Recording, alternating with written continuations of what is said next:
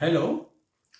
आज मैं campus to corporate transformation for students के अंतर्गत जो अपनी अगली श्रृंखला कॉन्फ्लिक्ट मैनेजमेंट पे प्रस्तुत करूंगा, क्योंकि जब स्टूडेंट ट्रांसफॉर्म करके जाता है ऑर्गेनाइजेशन में, उसको ये भी आना चाहिए कि कॉन्फ्लिक्ट कैसे हमको मैनेज करना है, क्योंकि ये बहुत ही कॉमन है।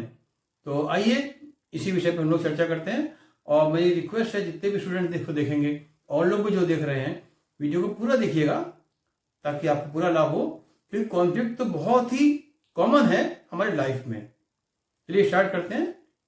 देखिए, जहां पर दो लोग होंगे, दो से ज्यादा होंगे, तो वो इंडिविजुअल डिफरेंस के मारे उनके ओपिनियंस में डिफरेंस होगा, उनके विचारों में, उनके सोचने में, हर चीज में डिफरेंस होगा। उनकी लाइकिंग में, डिसलाइकिंग में, हर चीज में, अप्रोच में, वैल्यूज में, हर चीज में तो कॉन्फ्लिक्ट तो होना ही है।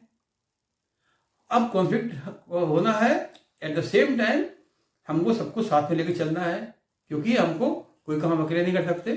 चाहे हमारा परिवार हो, चाहे हमारा समाज हो, चाहे हमारा ऑर्गेनाइजेशन हो, कहीं भी सबको लेके चलना है। तो हमको आना चाहिए कॉन्फ्लिक्ट कैसे हम मैनेज करें। फिर देखिए, आप परिवार में हो जाता है, जहाँ दो लोग हैं, चाहे हस्बैंड वाइफ हो, बच्चे या पेरेंट्स का हो गया, नेबर का हो गया, कॉलेज में हो गया, दो स्टूडेंट्स में आपस में झगड़ा हो गया, ऑर्गेनाइजेशन में, तो कॉन्फ्लिक्ट मैनेजमेंट हर जगह होता रहता है। आप सोचिए, आपको हर जगह मिलेगा। और कई बार इसके ऐसे ऐसे कुपरिणाम होते हैं, बैड परिणाम, कि आदमी के संबंध विच्छेद हो जाते हैं, टेंशन में रहता है, या आपसे रंजिश में लोग दूसरे का मर्डर तक कर देते हैं। सब कॉन्फ्लिक्ट बढ़ते जाती है, उसकी स्टेज बढ़ती जाती है। तो इसीलिए इसको हमको आना चाहिए कि कॉन्फ्लिक्ट को मैनेजमेंट करने के लिए हमको क्या स्किल चाहिए। ये कॉन्फ्लिक्ट क्या है? जब दो लोगों के विचार नहीं मिल रहे हैं, डिफरेंसेस ऑफ ओपिनियन है, उसी में होता है भाई हमारे उनसे विचार नहीं मिलते, कॉन्फ्लिक्ट ऑफ ओपिनियन हो गया। कॉन्फ्लिक्ट हो लोग कहते नहीं है, उससे उसका इंटरनल कॉन्फ्लिक्ट है, उससे मैं नहीं बात करूंगा, कोई और दूर बात कर ले, मैं नहीं जाता। एक दूसरे का चेहरा नहीं देख रहे हैं, आपसी में बिल्कुल नहीं देख रहे हैं। मतलब आपस में कई बार होता है कि दो भाई एक दूसरे का चेहरा नहीं देख रहे हैं, क्यों? कॉन्फ्लिक्ट हो गया, कॉन्फ्लिक्ट ऑफ इंटरेस्ट। कॉन्फ्लिक्ट किसी भी कारण से हो सकता है, हमको उसका निवारण पार्ट पे देखना है। तो अब कॉन्फ्लिक्ट के लिए हमको सबसे पहले स्किल्स क्या चाहिए, वो हमको ध्यान रखना है। तो जब स्टूडेंट्स अपने कॉलेज से जाता है कॉर्पोरेट वर्ल्ड में, तो उसको देखना चाहिए कि कॉन्फ्लिक्ट हमको कैसे अवॉइड करना है। चाहे वो समर ट्रेनिंग में इंटर्नशिप पे जा रहा हो, चाहे वो जा रहा हो वहाँ पे एज ए एम्प्लॉय। अब देखिए, सबसे पहले हमारा इसलिए क्या है कि हमको आना चाहिए इफेक्टिव कम्युनिकेशन स्किल्स। और इसमें हमको देखना है कि हम पता करें कि कॉन्फ्लिक्ट दूसरे का किस बात का है, what is the source of conflict, किस टाइप का कॉन्फ्लिक्ट है, उसके बारे में पता करें। वो हम पूछ के करेंगे। अगर हमें कम्युनिकेशन की स्किल्स हैं, तब हम दूसरे से बात करेंगे, चाहे हमारा फ्रेंड हो, रिलेटिव हो, एम्प्लॉय हो, कोई भी हो, हम बात करेंगे भाई किस बात पे डिफरेंस हो रहा है। We will try to know. Second है एक्टिव लिसनिंग। जब भी दूसरे से हम उसकी बात सुने, उसको दुखड़ा सुने, उस समय हम चुप होकर उसकी बात अटेंटिवली सुने। अगर बीच में इंटरप्ट करेंगे, हम समझ नहीं पाएंगे। आधी बात समझेंगे और आधी बात पे हम उसी हिसाब से सोचेंगे और एक्शन ले लेंगे, तो उससे और चीज खराब हो जाती है। तो हमको एक्टिव लिसनिंग करनी है, तभी हम समझेंगे इशू क्या है। कई बार जिसकी प्रॉब्लम होती है वो खुद बताता है भाई इसका सोल्यूशन ये है, तो वो भी आपको सोल्यूशन मिल जाएगा। तीसरा हमको देखना है एम्पैथी। थर्ड, एम्पैथी मतलब हमको दूसरे के एंगल से भी सोचना है। कई बार क्या होता है, आदमी अपने एंगल से हर चीज में सोचता है और उसमें होता है कॉन्फ्लिक्ट।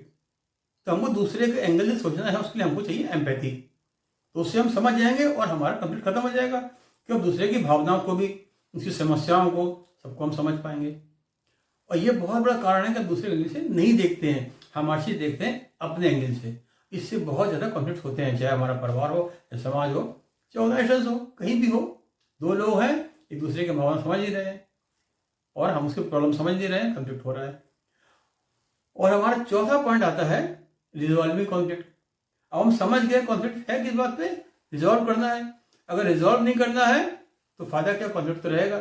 अब रिजॉल्व करने के भी कई तरीके होते हैं, वो अभी हम आगे डिस्कस करेंगे। तो इसलिए हमको होता है कि वहां पे हमें देखना चाहिए कि हम प्रॉब्लम को सॉल्व करें, कॉन्फ्लिक्ट को रिजॉल्व करें। तो इसके लिए हम समझ गए और हमने उसको समाधान निकाला। अब समाधान में अगर हम खुद कर सकते हैं, खुद कर दिया, दूसरों की हेल्प लेकर कर सकते हैं, हेल्प लेकर कर दिया, या टाइम ले लिया दूसरी पार्टी से कि भाई ठीक है हमको इतना टाइम दो, तब तक में हमने उसका सोल्यूशन निकाल लिया। तो इस तरह से हमको समाधान भी निकालेंगे। अब हमारा अगला आता है कि इंटरपर्सनल स्किल्स हमारी अच्छी होनी चाहिए। 5वां, इंटरपर्सनल स्किल्स अच्छी होगी तभी दूसरा आदमी हमारी बात सुनेगा, हम उसकी बात सुनेंगे और हम सोचेंगे कि भाई हमको एक टीम स्पिरिट लेके चलनी है आगे, अकेले हम कुछ नहीं कर सकते। वी कान इग्नोर एवरीवन, नहीं तो हम अकेले रह जाएंगे। तो जो आप स्टूडेंट जा रहे हो किसी ऑर्गेनाइजेशन में, तो आप जाओगे मैनेजरियल कैडर में, आप लीडर बनोगे, डिपार्टमेंटल हेड बनोगे, तो आप अकेले नहीं काम कर सकते हो। तो आपको देखना पड़ेगा कि हमको सब लोगों को साथ लेकर चलना है, तो हमको उनकी भावनाओं की कदर करनी है, उनकी समस्याओं को देखना है, इसलिए हमको कॉन्फ्लिक्ट को रिजॉल्व करना है। तो ये होना चाहिए इंटरपर्सनल स्किल, बहुत जरूरी है आपकी। अदरवाइज आप कोई भी बड़ा टारगेट, कोई काम नहीं कर पाएंगे, अकेले आप नहीं कर सकते। आपका स्टाफ भी सब काम करता है, आपकी टीम काम करती है। और हमारा अगला पॉइंट है हमारा कि पेशेंस। पेशेंस बहुत जरूरी है। अगर कॉन्फ्लिक्ट में हमको पेशेंस नहीं है, कई बार होता है कॉन्फ्लिक्ट हो गया, दोनों पार्टी को चाहिए पेशेंस। हमने पेशेंस चाहिए हमको उसकी बात समझने का, सुनने का, उसका रास्ता निकालने का।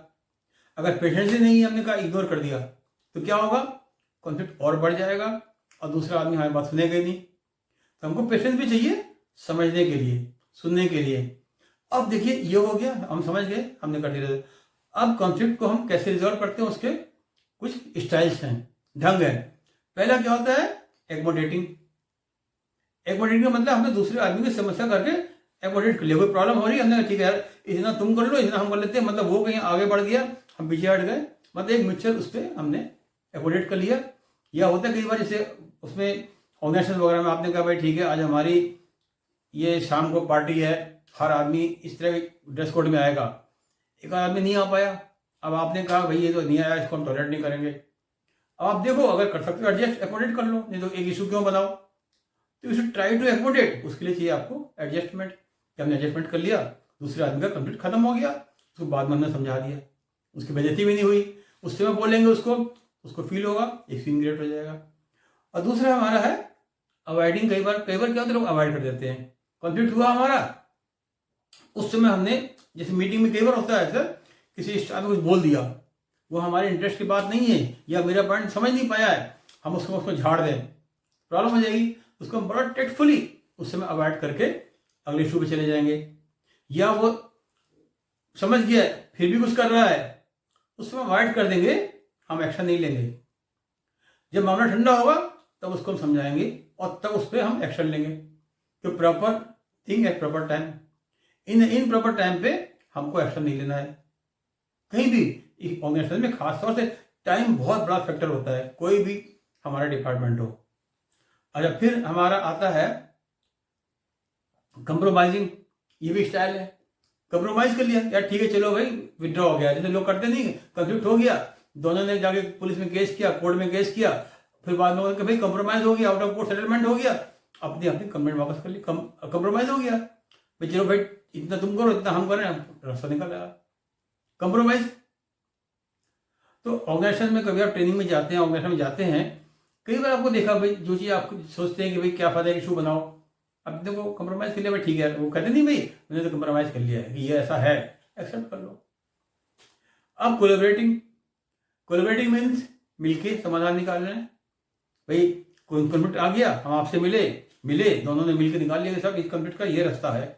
जैसे हम लोग करते थे इंडस्ट्रियल रिलेशन में, IR में यूनियन मैनेजमेंट संगे बैठी, कोई प्रॉब्लम आई, मिलकर रास्ता निकाल लिया एमिकेबली, कोलैबोरेटिव वे में समस्या समाधान तुरंत इंप्लीमेंट हो गया, फटाफट डिसीजन फास्ट हो गया कि दोनों पार्टी एग्री कर रही है, कोलैबोरेट हमने कर लिया।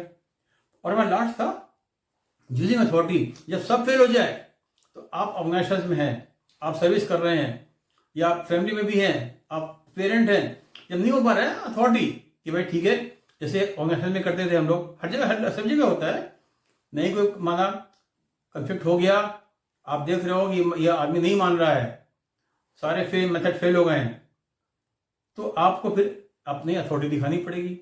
अब उस समय आप उसको पनिशमेंट करो, चाहे उसका ट्रांसफर करो, कुछ करो, क्योंकि ऑर्गेनाइजेशन का हमको माहौल तो खराब करना नहीं है।